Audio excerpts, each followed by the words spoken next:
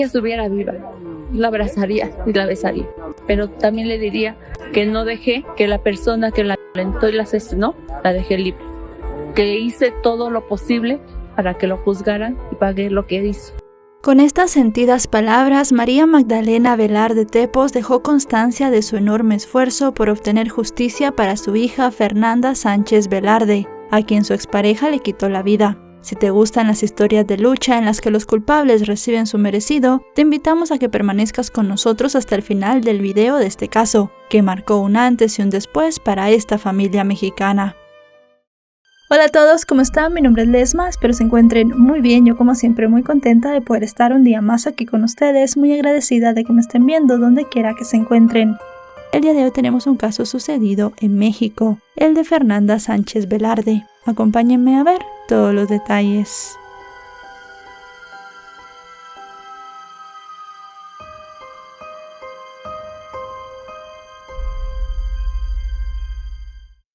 Fernanda Sánchez Velarde nació el 8 de noviembre de 1995 en el Estado de México. Su llegada al mundo llenó de alegría a la pareja constituida por Magdalena Velarde Tepos y Roberto Sánchez Ortiz, quienes tenían 2 hijos más.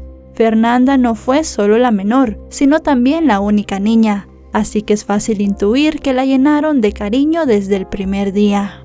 Según relató Magdalena, fue ella quien le escogió el nombre, y contó con la aprobación de sus otros 2 hijos, José Alberto, que para ese momento tenía 6 años, y Daniel, que tenía 4, que adoraban a su hermanita. Desde pequeña, Fernanda parecía hablar a través de sus grandes y expresivos ojos, mientras que con su gran sonrisa contagiaba a todos de alegría. Cuando sus 3 hijos estaban todavía en la infancia, Roberto y Magdalena decidieron mudarse al municipio de Cuautitlán, Izcalli, en el Estado de México. Allí Fernanda, que siempre se caracterizó por ser amistosa y alegre, comenzó a relacionarse con los otros niños del vecindario, y entre ellos destacaba Led Clemente Sandoval, quien era unos 5 años mayor que ella.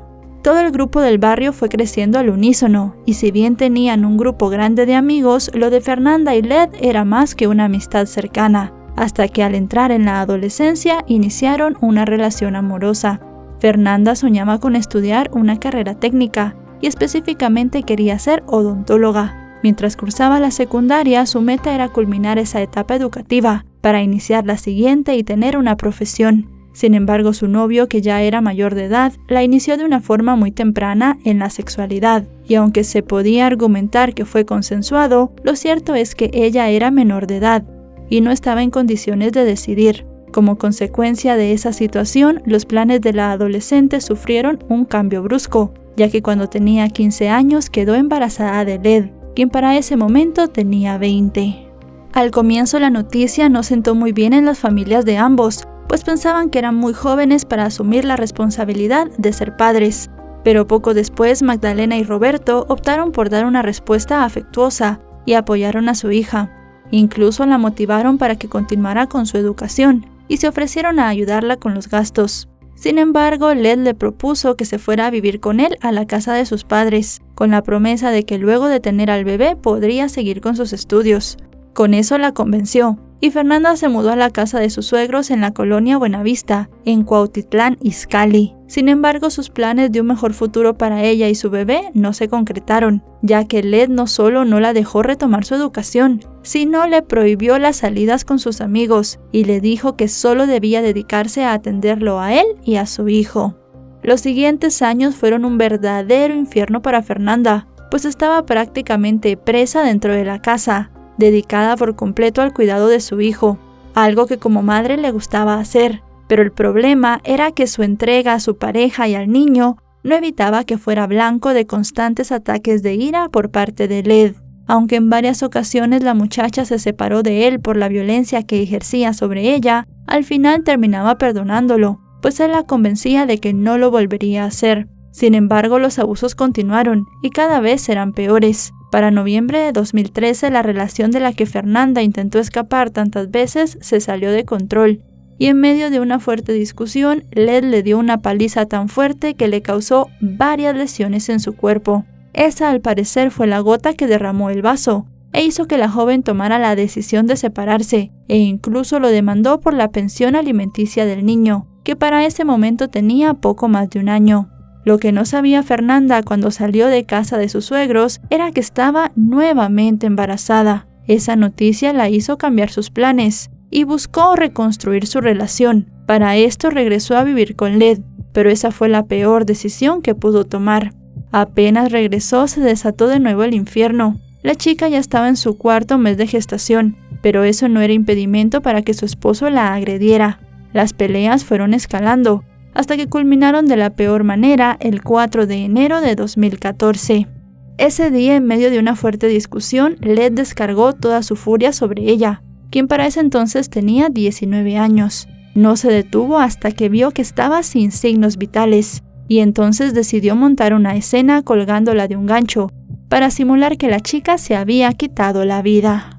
Con esta acción no solamente le quitó la vida a Fernanda, sino al bebé que llevaba 16 semanas gestándose en su vientre. Y luego de colgarla y hacer toda la escena, el sujeto dio aviso a las autoridades. Al llegar al lugar, los peritos hallaron el cuerpo de la joven colgado y con aparentes cortes autoinfligidos en las venas de las muñecas. Pero en medio de todo eso que intentaba sugerir que ella tomó una decisión fatal, llamaba la atención que estaba brutalmente golpeada. Tenía rota la nariz y el maxilar. Además, presentaba lesiones en la cara, las rodillas y los codos, como si la hubieran arrastrado. En su primer informe, estando en el sitio de los hechos, los peritos que analizaron la escena determinaron que el hecho debía investigarse y que la muerte había sido un homicidio. Sin embargo, casi de inmediato, una representante del Ministerio Público indicó que había sido un error, pues basado en los testimonios de los familiares de Led, aseguró que la chica se había quitado la vida. Mientras los agentes hacían el levantamiento del cuerpo, José Alberto, el hermano mayor de Fernanda, se sorprendió al ver las patrullas frente a la casa donde residía la jovencita. Por esto se acercó a la vivienda y al preguntarle a uno de los agentes qué ocurría, este le dijo que la chica se había quitado la vida. Inmediatamente José Alberto llamó a su madre para darle la noticia. Magdalena se quedó paralizada. Al cabo de unos minutos reaccionó y casi sin fuerzas llegó hasta la residencia de su yerno, pero las autoridades no la dejaron entrar. La fiscal a cargo, María Díaz, quienes según reseñaron algunos medios tenía un parentesco con Led, solo tomó en cuenta una de las 13 heridas que mostraba la víctima y omitió por completo la investigación de otros peritajes médicos. Sin embargo, uno de los comandantes que analizó la escena le dijo a Magdalena que su hija no se había quitado la vida, pues el cuerpo presentaba golpes, fracturas y tenía varios cortes en las muñecas, los cuales habían sido post-mortem, pues en ninguno de esos cortes había flujo sanguíneo. Él consideraba que todo había sido un montaje.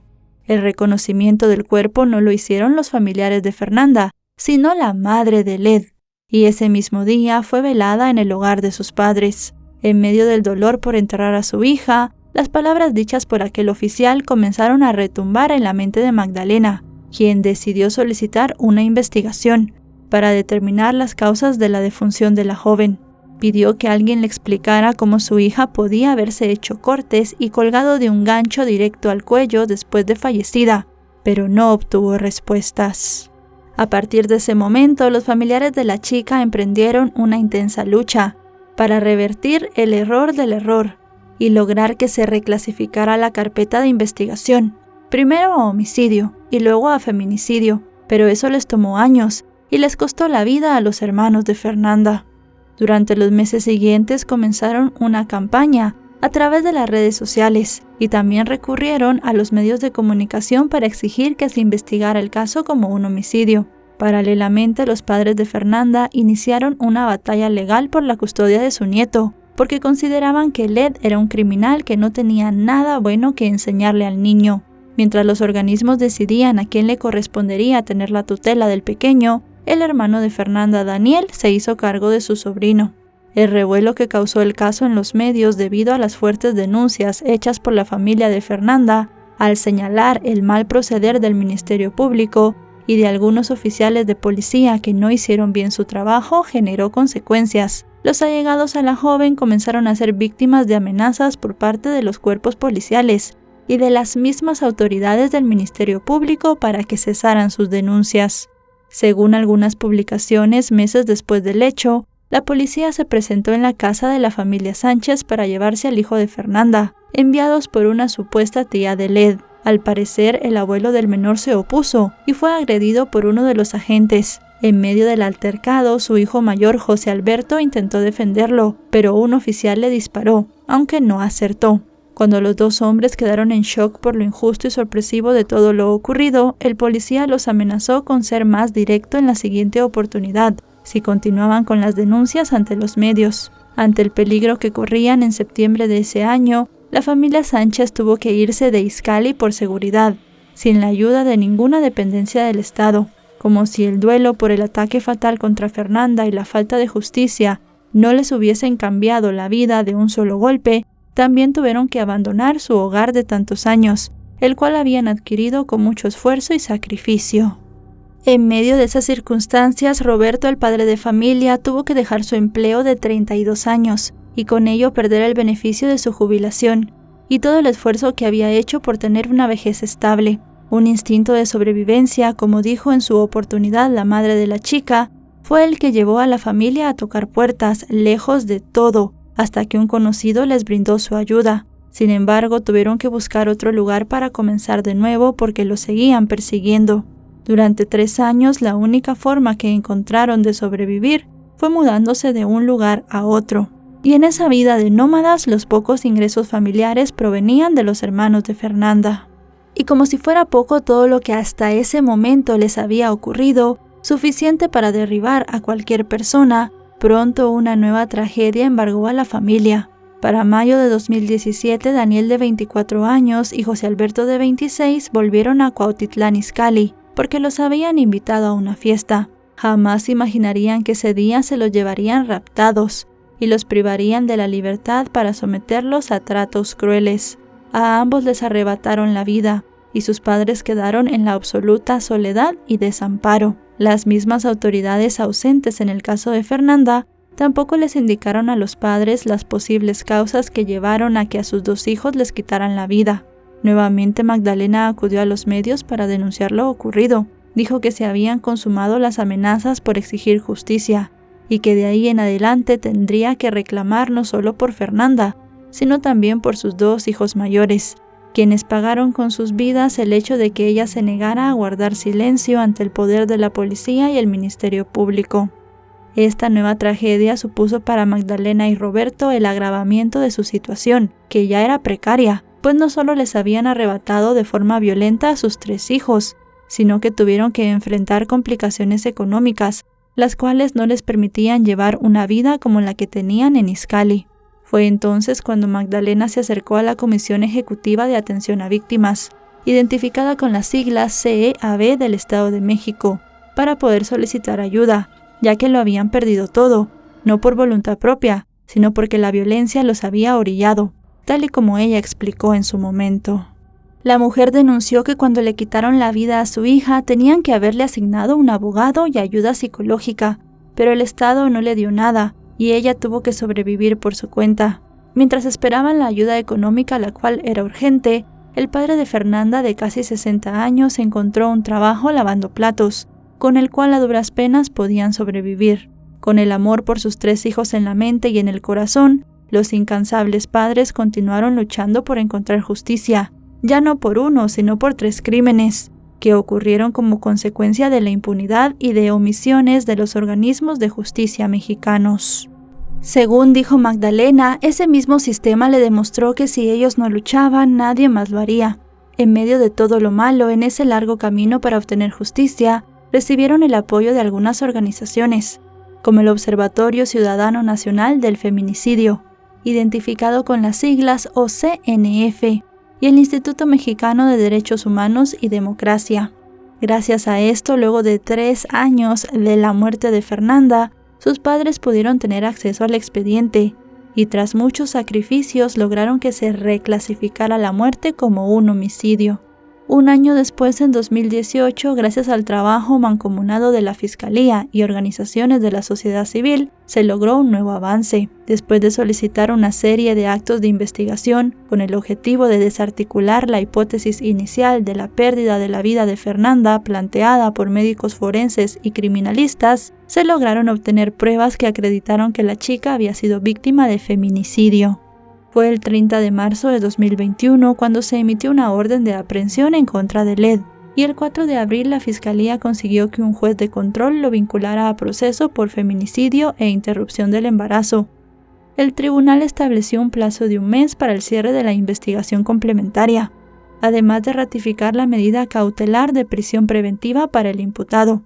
Esto significaba para la familia de Fernanda un gran avance y un paso más para alcanzar la justicia. Mientras esperaban que el responsable de quitarle la vida a su hija fuera procesado, Magdalena y Roberto estaban a cargo de sus 2 nietos, hijos de José Alberto, quienes habían quedado bajo su tutela. Aunque no estaban en la mejor situación económica, seguían sobreviviendo y en pie de lucha, para obtener también la custodia del hijo de Fernanda, quien, según relató Magdalena, les decía que lo pasaba muy mal en la casa de los familiares de Led. A pesar de los contratiempos y todas las necesidades por las que estaban pasando, para ese momento la CEAV comenzó a pagarles un espacio para vivir, aunque los servicios básicos de gas, electricidad y agua corrían por su cuenta. En una entrevista que Magdalena dio en ese entonces, explicó que aunque tenían una casa propia, no podían vivir allí debido a las amenazas, y en el lugar rentado no tenían ni siquiera un patio para que los niños pudieran jugar, ni tampoco podían salir de la vivienda para no arriesgarlos. La situación se complicó aún más cuando el esposo de Magdalena fue separado temporalmente de su trabajo por la emergencia sanitaria mundial y solo le entregaban una cuarta parte de su sueldo, por lo que la familia de 2 adultos y 2 niños sobrevivía apenas con 900 pesos mexicanos al mes, unos $54. Además de la renta, la CEAV le otorgaba a Magdalena 1,000 pesos, unos $60 más o menos de viáticos, esto al mes, pues pese al miedo de salir y que le quitaran la vida, siempre se presentó ante las autoridades cuando la requerían, para seguir impulsando las investigaciones contra el ataque fatal en contra de su hija y los crímenes en contra de sus otros 2 hijos. En cuanto a la atención psicológica para sobrellevar los estragos que causaron la violencia y la impunidad en sus vidas, la mujer señaló que en algún momento la recibieron, pero lejos de ser benéfica les resultaba algo difícil, pues no solo debían trasladarse, lo que representaba un riesgo y un gasto, sino que también los hacían esperar largas horas para ser atendidos. A raíz de la pérdida de sus 3 hijos, la estrechez económica y la alimentación inadecuada, la salud de Alberto se deterioró y comenzó a sufrir de diabetes e hipertensión. Aunque contaba con seguro médico, en ocasiones terminaba acudiendo a consultas por las que pagaba entre 40 y 50 pesos mexicanos, entre 3 y 5 dólares, porque era mucho más cómodo y sin tantas trabas. En medio de tantas situaciones difíciles, con un sistema inmunológico debilitado, el padre de Fernanda se contagió de COVID. En esa oportunidad intentaron solicitar una ayuda extra en la comisión de víctimas, pero se las negaron con el argumento de que esa enfermedad no era consecuencia del delito por el cual ellos estaban recibiendo asistencia. Ante esto, Magdalena alzó nuevamente su voz de protesta para señalar que el hecho de que estuvieran en una situación de pobreza sí era consecuencia del crimen, porque antes entraban a su casa 4 sueldos, y para ese momento solo ingresaba la cuarta parte de uno, lo que perjudicaba a sus 2 nietos, quienes no tenían derecho a consultas médicas. A fuerza de lucha, insistencia y de sufrir humillaciones por parte de algunos representantes de los organismos que los tildaban de mantenidos, Magdalena logró que el Estado le otorgara 1,500 pesos mexicanos, alrededor de 90 dólares, como parte de una canasta alimentaria esencial, además de que sus 2 nietos recibieron una beca para continuar sus estudios de educación básica. A pesar de que los abuelos trataban de mostrar una sonrisa a sus nietos y festejar con ellos fechas importantes como la Navidad, el Día de las Madres o el Día del Niño, esos días para ellos eran terribles, porque no tenían la alegría de sus hijos. Aunque ya Led había sido encarcelado, los familiares de Fernanda tuvieron que cambiar nuevamente de domicilio. para evitar una nueva andada de represalias, con el único objetivo de silenciar la exigencia de justicia. Pero silenciar a Magdalena resultó imposible. Acompañada por las organizaciones de mujeres, salió a las calles para pedir que Led fuera procesado, y por si fuera poco, envió un mensaje al entonces presidente Andrés Manuel López Obrador, para que los ayudara a obtener justicia. Finalmente, en enero de 2022, tras 8 años del crimen, se dio inicio al juicio en contra de Led, en el Tribunal de Enjuiciamiento de Cuautitlán Izcalli. La familia Sánchez estuvo presente durante todo el proceso judicial, acompañada de activistas, integrantes del Instituto Mexicano de Derechos Humanos y Democracia y del Observatorio Ciudadano Nacional del Feminicidio.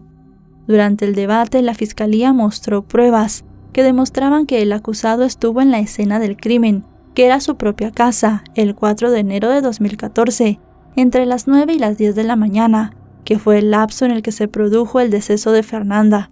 Además, para el Ministerio Público estaba claro que Led tenía conocimiento del embarazo de su pareja al momento de cometer el hecho, y no le importó quitarle la vida al bebé que estaba gestando, y que además era de él. Por su parte, los representantes legales del sujeto basaron su defensa alegando que Fernanda se había quitado la vida bajo un estado depresivo, sumado a una supuesta mala relación que tenía con su familia. Para refutar los alegatos de la defensa, la Fiscalía mostró los resultados de los análisis forenses, que hasta ese momento habían permanecido en la más absoluta reserva, pues tanto el Ministerio Público como la policía los habían ocultado. El informe reveló que la víctima había sufrido abuso físico y sexual, pues su cuerpo presentó al menos 12 lesiones, y se determinó que la causa de la muerte había sido la asfixia. En medio del proceso judicial, una de las audiencias realizadas el 23 de junio fue suspendida por el juez de control Dionisio Santos, quien solicitó que la madre de Fernanda fuera desalojada de la sala, porque la mujer llevaba puesta una camisa con la foto de sus 3 hijos demandando justicia. Ante la acción, la representante legal de la familia, Jimena Ugarte, catalogó el hecho como un impedimento del acceso a la justicia, así como una negativa al derecho a la libre expresión. Tras 7 meses de debate y después de 8 años anhelando justicia, finalmente, el 8 de agosto de 2022, Led Clemente Sandoval, que tenía en ese entonces 32 años, fue hallado culpable.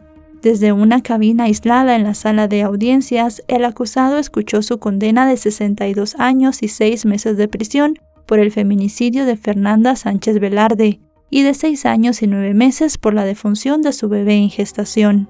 Además, el tribunal ordenó el pago de 1.344.000 pesos mexicanos, equivalentes a unos $80.000, como una especie de reparación material para los familiares de la víctima.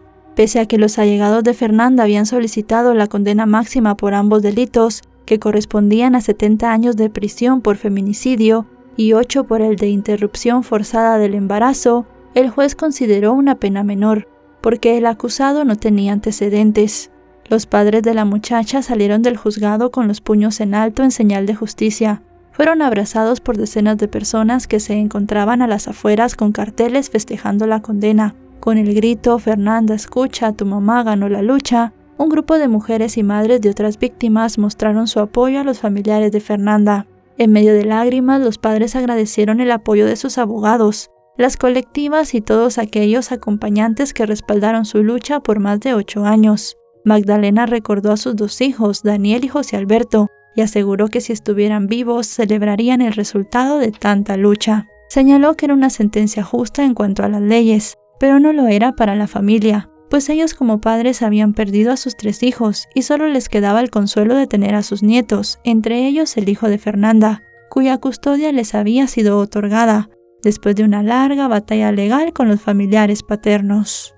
Por su parte, Roberto señaló que no consideraba el fallo como una victoria, sino como un paso para alcanzar la justicia, la cual les había costado perder a sus otros 2 hijos y su casa, y precisamente por ellos continuarían luchando, hasta que los culpables de arrebatarles la vida también fueran castigados. Aunque esa condena hacía pensar que la familia Sánchez podía hacer una pausa después de 8 años para recobrar fuerza y comenzar de nuevo con la lucha para obtener justicia por los crímenes de sus otros 2 hijos, no tuvieron chance de reponerse. El 17 de octubre, fecha en la que se debía ratificar la sentencia de Led, el Tribunal de Segunda Instancia redujo la pena de 69 a 43 años. Esa disminución se debió a varias razones, entre ellas que el tribunal no consideró como víctimas indirectas a los padres de Fernanda, y además que la pérdida de su bebé derivado del feminicidio tampoco fue considerada un agravante. Asimismo, se omitió analizar de manera completa todas las lesiones del cuerpo y las pruebas que visibilizaban el contexto de violencia de género. Esa decisión fue otro duro golpe para los padres de Fernanda, quienes lamentaron que los jueces no los consideraran víctimas indirectas, pese a todo lo que tuvieron que pasar, ya que perdieron no solo a sus 3 hijos, sino también su casa, su salud y hasta sus ganas de vivir, según declararon en ese momento. Yo quisiera que de esos jueces que dijeron que no tuvimos daño moral, que perdieran 4 hijos a ver si ellos no tendrían daño moral. Magdalena, junto a sus representantes legales, introdujo un recurso de amparo ante el tribunal para exigir que se restableciera la pena inicial y que la resolución fuera llevada con perspectiva de género. La mujer advirtió que seguirían la lucha en los juzgados y donde fuera necesario para que le devolvieran los años de condena que le habían quitado al hombre que le quitó la vida a su hija, que no merecía salir de prisión nunca. Sin embargo, hasta finales de agosto de 2023, la familia Sánchez continuaba a la espera de respuestas por parte de los tribunales. En octubre de 2023, que fue cuando hicimos esta investigación, Magdalena y Roberto se dedicaban a cuidar a sus 3 nietos, 1 de Fernanda y 2 de José Alberto, quienes se convirtieron en sus razones para vivir. Como reflexión de todo lo que ha representado este caso, sin duda alguna, Magdalena y Roberto son dignos de admirar, pues claramente demostraron lo que el verdadero amor de padres es hacia sus hijos, a pesar de todos los obstáculos que tuvieron que vencer después de tenerlo todo y pasar a vivir prácticamente de la caridad de muchos, y tras sufrir el dolor de perder a sus 3 hijos, ellos jamás bajaron los brazos, ni se rindieron ante las amenazas y finalmente lograron que uno de los culpables pagara, aunque quizás el castigo no fue suficiente. Esperamos de corazón que Dios les dé mucha vida para poder criar a sus nietos y que en un futuro no muy lejano consigan la verdadera justicia que merecen por sus 3 hijos. Y bueno, chicos y chicas, hasta aquí el video de hoy. Un caso muy impactante en el cual no solamente se perdió una vida, sino 3 vidas, 3 hermanos que terminaron perdiendo la vida, derivado todo del mismo hecho del feminicidio de Fernanda. Al final los padres de la joven, luego de mucha lucha, obtuvieron justicia por un caso y veremos si algún día obtienen justicia por sus otros 2 hijos, algo que vemos pues bastante difícil por toda la corrupción y la impunidad que se manejan en las instituciones. Al final están gozando de sus 3 nietos, eso es lo más importante ahora para ellos, y esperemos, como ya dijimos, que tengan mucha vida para poderlos criar de la mejor manera posible. Si este video les ha parecido informativo, recuerden dejarle un me gusta, recuerden suscribirse si no lo están, actualizo 3 o 4 veces por semana, y si están suscritos les llegará una notificación cada vez que yo suba un video. También no se olviden de seguirme en mis otras redes sociales, aparezco como LesmaVR en Facebook, Twitter, Instagram y TikTok. Ahora sí, nos vemos hasta otro caso. Adiós.